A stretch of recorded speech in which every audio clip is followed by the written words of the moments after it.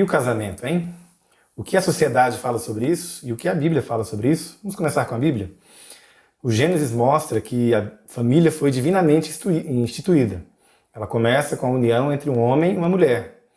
E ali estão estabelecidos os princípios para a atividade sexual. Ela está restrita ao casamento, que é heterossexual e monogâmico. Então o Gênesis dá o modelo, e esse modelo é confirmado em toda a Escritura, Antigo e Novo Testamento. O importante aí é que o casamento consiste especialmente na união entre um homem e uma mulher, uma união ampla, sexual inclusive, ou seja, o padrão bíblico é o da criação, modelo monogâmico e heterossexual. Biblicamente não existe a opção de fazer sexo heterossexual, homossexual, whatever, fora do casamento, sem que isso seja errado e tenha consequências danosas. E as objeções? Mas pastor, se você for seguir o padrão do Gênesis, então todo mundo seria obrigado a casar, porque tem uma ordem lá.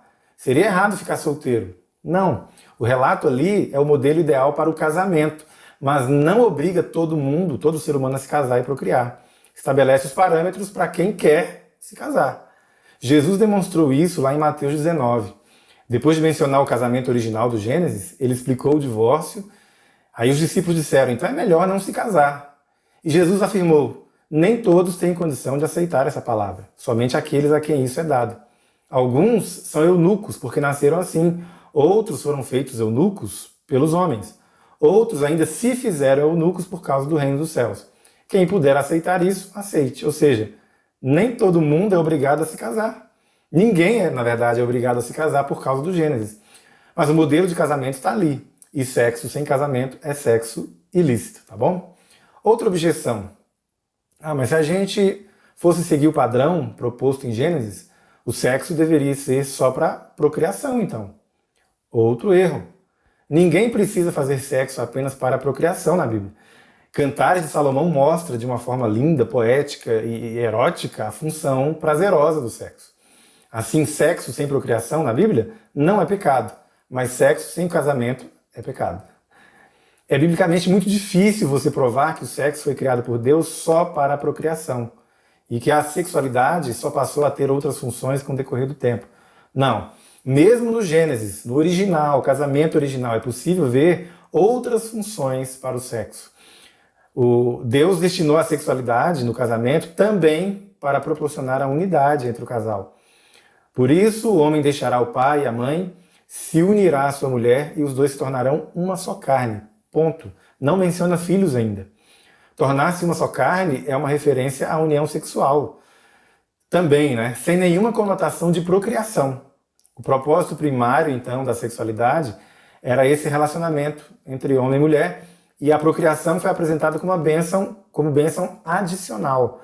Gênesis 2 não menciona a reprodução de filhos. E essa omissão não nega que filhos é algo importante. Mas esse ponto final, depois de uma só carne, no verso 24, mostra que o sexo tem um significado e um valor independente.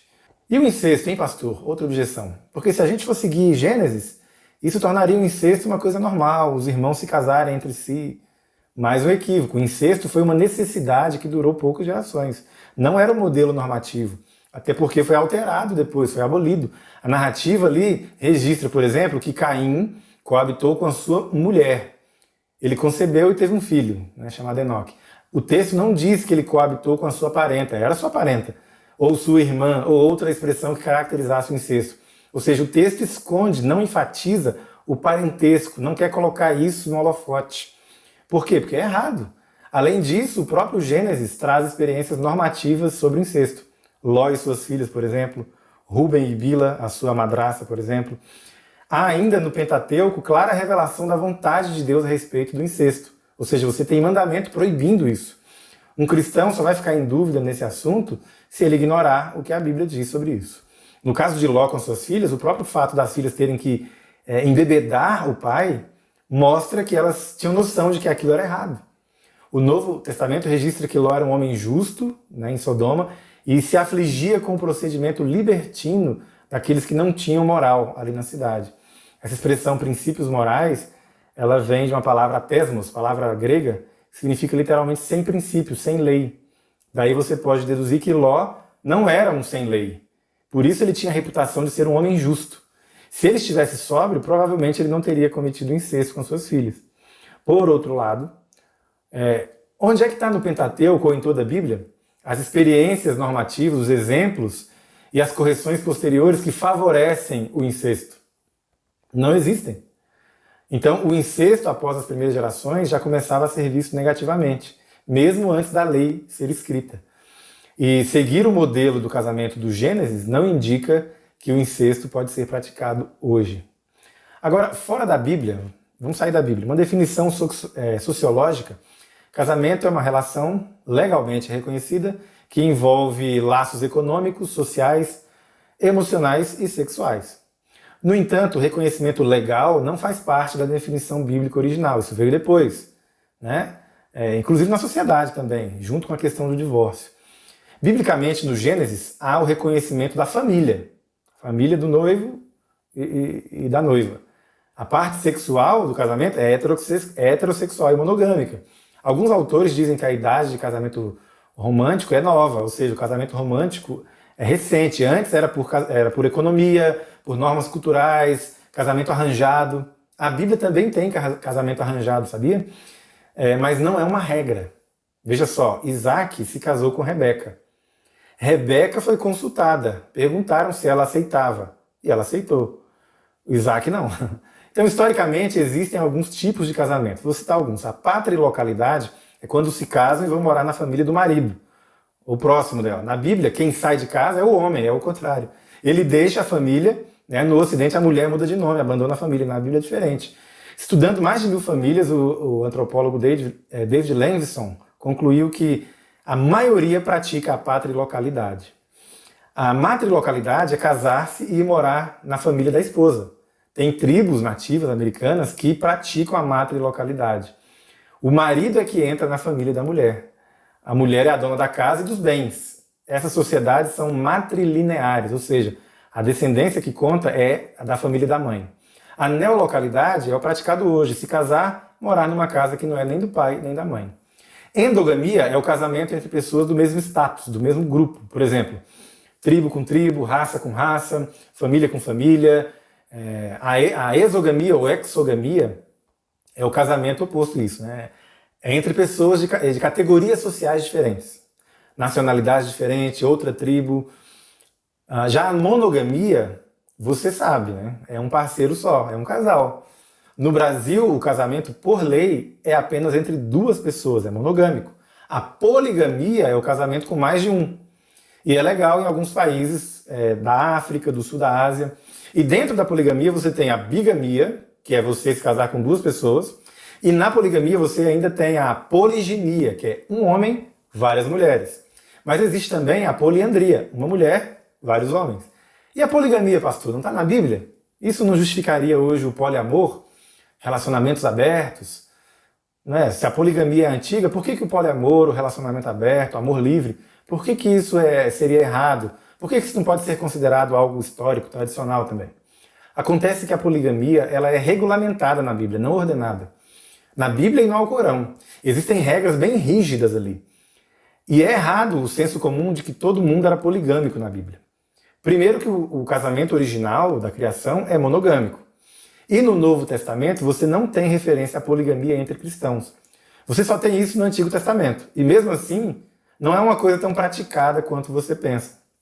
Veja, Caim foi monogâmico. Pelo menos nisso ele obedeceu. A monogamia foi quebrada por um descendente dele, um sujeito chamado Lameque. Então você teve várias gerações sem poligamia. Não foi ideia de Deus. A monogamia sobreviveu através da linhagem de Sete por muito tempo. Um filho fiel. Noé era monogâmico. Os 3 filhos de Noé eram monogâmicos.